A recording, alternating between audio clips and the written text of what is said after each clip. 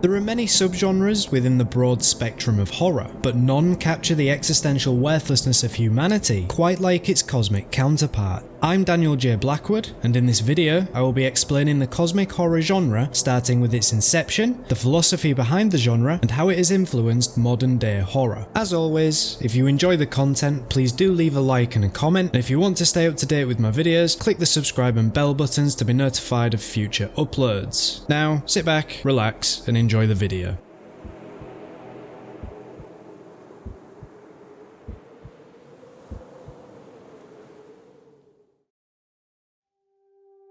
Cosmic horror is the genre that was created by American writer Howard Phillips Lovecraft. Now, initially Lovecraft's work fell in line with another obscure horror subgenre known as weird fiction, which is a form of speculative fiction originating in the late 19th and early 20th centuries, and it served to reinterpret the traditional antagonists of horror fiction, i.e. spirits, vampires, witches, and the like. Weird fiction itself was derived from Gothic horror, and again took the classic Gothic horror ghouls we've grown to love and somehow made them, well, weirder. A common inclusion in weird fiction back in its day was the tentacle, a limb so far estranged from mankind that it seems almost alien in nature, but which would later be more closely associated with Lovecraft's mythos as the weird fiction genre slowly fell into obscurity. This makes sense, seeing as though some of Lovecraft's biggest influences were authors Edgar Allan Poe, Arthur Machen, and Clark Ashton Smith, all of whom are widely accepted to be the pioneers of the weird fiction genre. However, when Lovecraft's style began to flourish, it was apparent that his work was much different to other works affiliated with the weird fiction genre and birthed what would later be known as cosmic horror or Lovecraftian horror. While weird fiction focuses on the supernatural with spatterings of fantasy and folklore throughout, cosmic horror focuses on the fragility of man's sanity and the utter pointlessness of humanity's existence in the grand scheme of the universe. In a nutshell, it is a cosmically nihilistic view of life in general, wherein humanity's existence is akin to that of a grain of sand in the sea of an infinite abyss, and beneath the veneer of our perceived reality lies something much more harmful to the human mind. Additionally, it is a universal understanding that there is no recognizable divine presence such as God that exists. This philosophy is known as cosmicism. It is the philosophy created by Lovecraft and was born of a combination of his poor mental health and the hardships he endured throughout his life. Ultimately, it is the driving force behind his work, and you'll find that some of the greatest horror books, films, and TV shows utilize philosophical viewpoints in ways no other genre can. This, I think, is the magic of horror, but that's a topic for another video. So let's take a look at the themes associated with cosmic horror.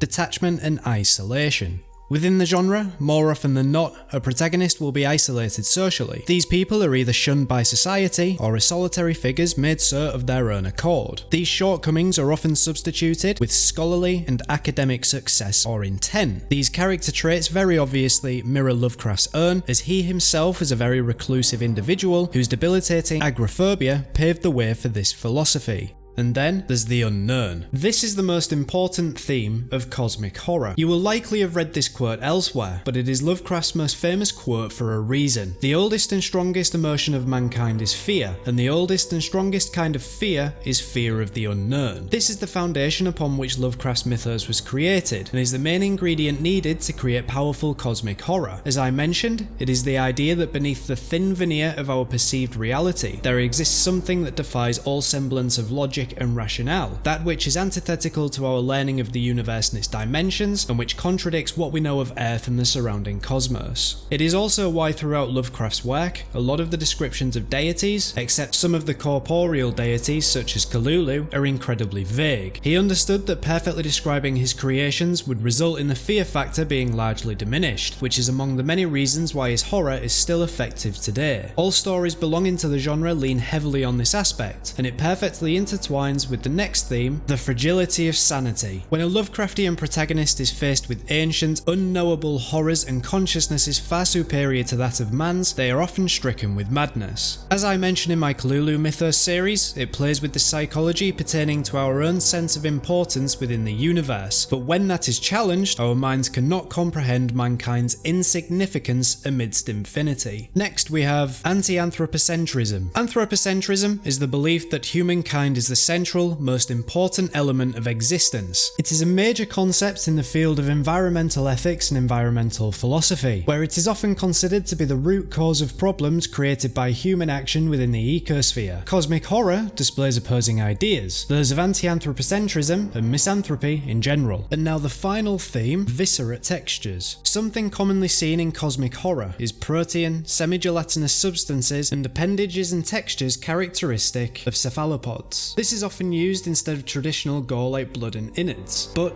of course, the two can exist within the same story, but the presence of gore is usually used as a device to further the plot. For a story to be defined as cosmic horror or Lovecraftian, it needs to incorporate these themes to some degree. Let's take a quick look at the genre's general format. The protagonist is a scholar or person of science, and if you want some extra flavour, one who hails from a somewhat wealthy family with a questionable legacy. This is the detachment and isolation. The protagonist happens upon something macabre, a relic, book, or even a person, which leads them into an investigation. This investigation answers questions better left unanswered, usually in a vague or cryptic manner that usually isn't really an answer anyway, regarding reality in its truest form or the revelation of the existence of superior life forms. This is the unknown, misanthropy, and viscerate textures. And finally, the protagonist is driven mad by their findings and may subsequently result in death or subjugation. And this is the fragility of sanity.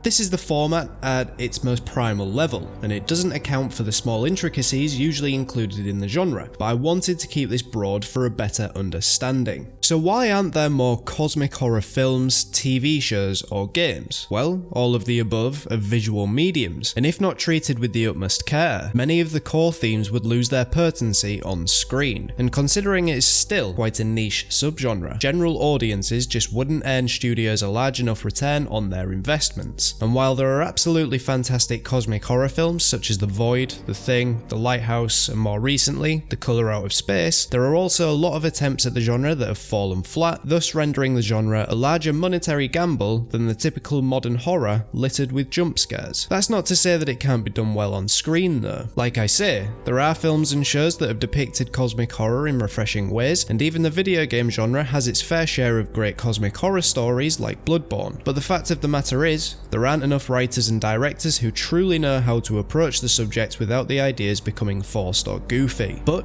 where there are fewer interpretations of the genre in visual mediums, there comes an onslaught of incredible works in written format. The Fisherman by John Langan is one of the best stories in the genre. It encapsulates the themes of cosmic horror in interesting ways to breathe new life into the genre, and while being an homage to works by Lovecraft, Derleth, and even Machen, it still manages to feel fresh, exciting, and all the while heartbreaking. I'd absolutely recommend this book to anyone interested in the genre. It's a good starting point, I'd say, because the prose style is much more modernised, which contrasts the genre's earlier works. Now, while Lovecraft was a rather obscure and, dare I say, downtrodden man as he lived, his creations have since propelled him to a status he would never have seen coming. Lovecraft is now a pop culture icon, with games, films, and TV shows all drawing inspiration from his work. Films, like John Carpenter's Apocalypse trilogy, draw heavily from Lovecraft's mythos, and even in other genres such as fantasy and crime, Lovecraft's presence can be felt. I think the reason why his work has been drawn from so heavily is the sense of abject terror that his stories possess. The themes therein and his philosophy of universal existence are hideously bleak, but believable depending on which side of the fence you sit. As well as the creators he has influenced, there have also been various adaptations of his own work put to screen, with, albeit, varying quality. He inspired, years subsequent to his death, a slew of intellectual properties that simply would not exist if he had never written his mythos, and that alone is testament to just how fantastic his work actually is. So did this video help you understand cosmic horror? Let me know in the comments below. And if you enjoyed this video, please consider subscribing to keep up to date with my videos. My name is Daniel J. Blackwood, thank you for watching, and I'll see you in the next video.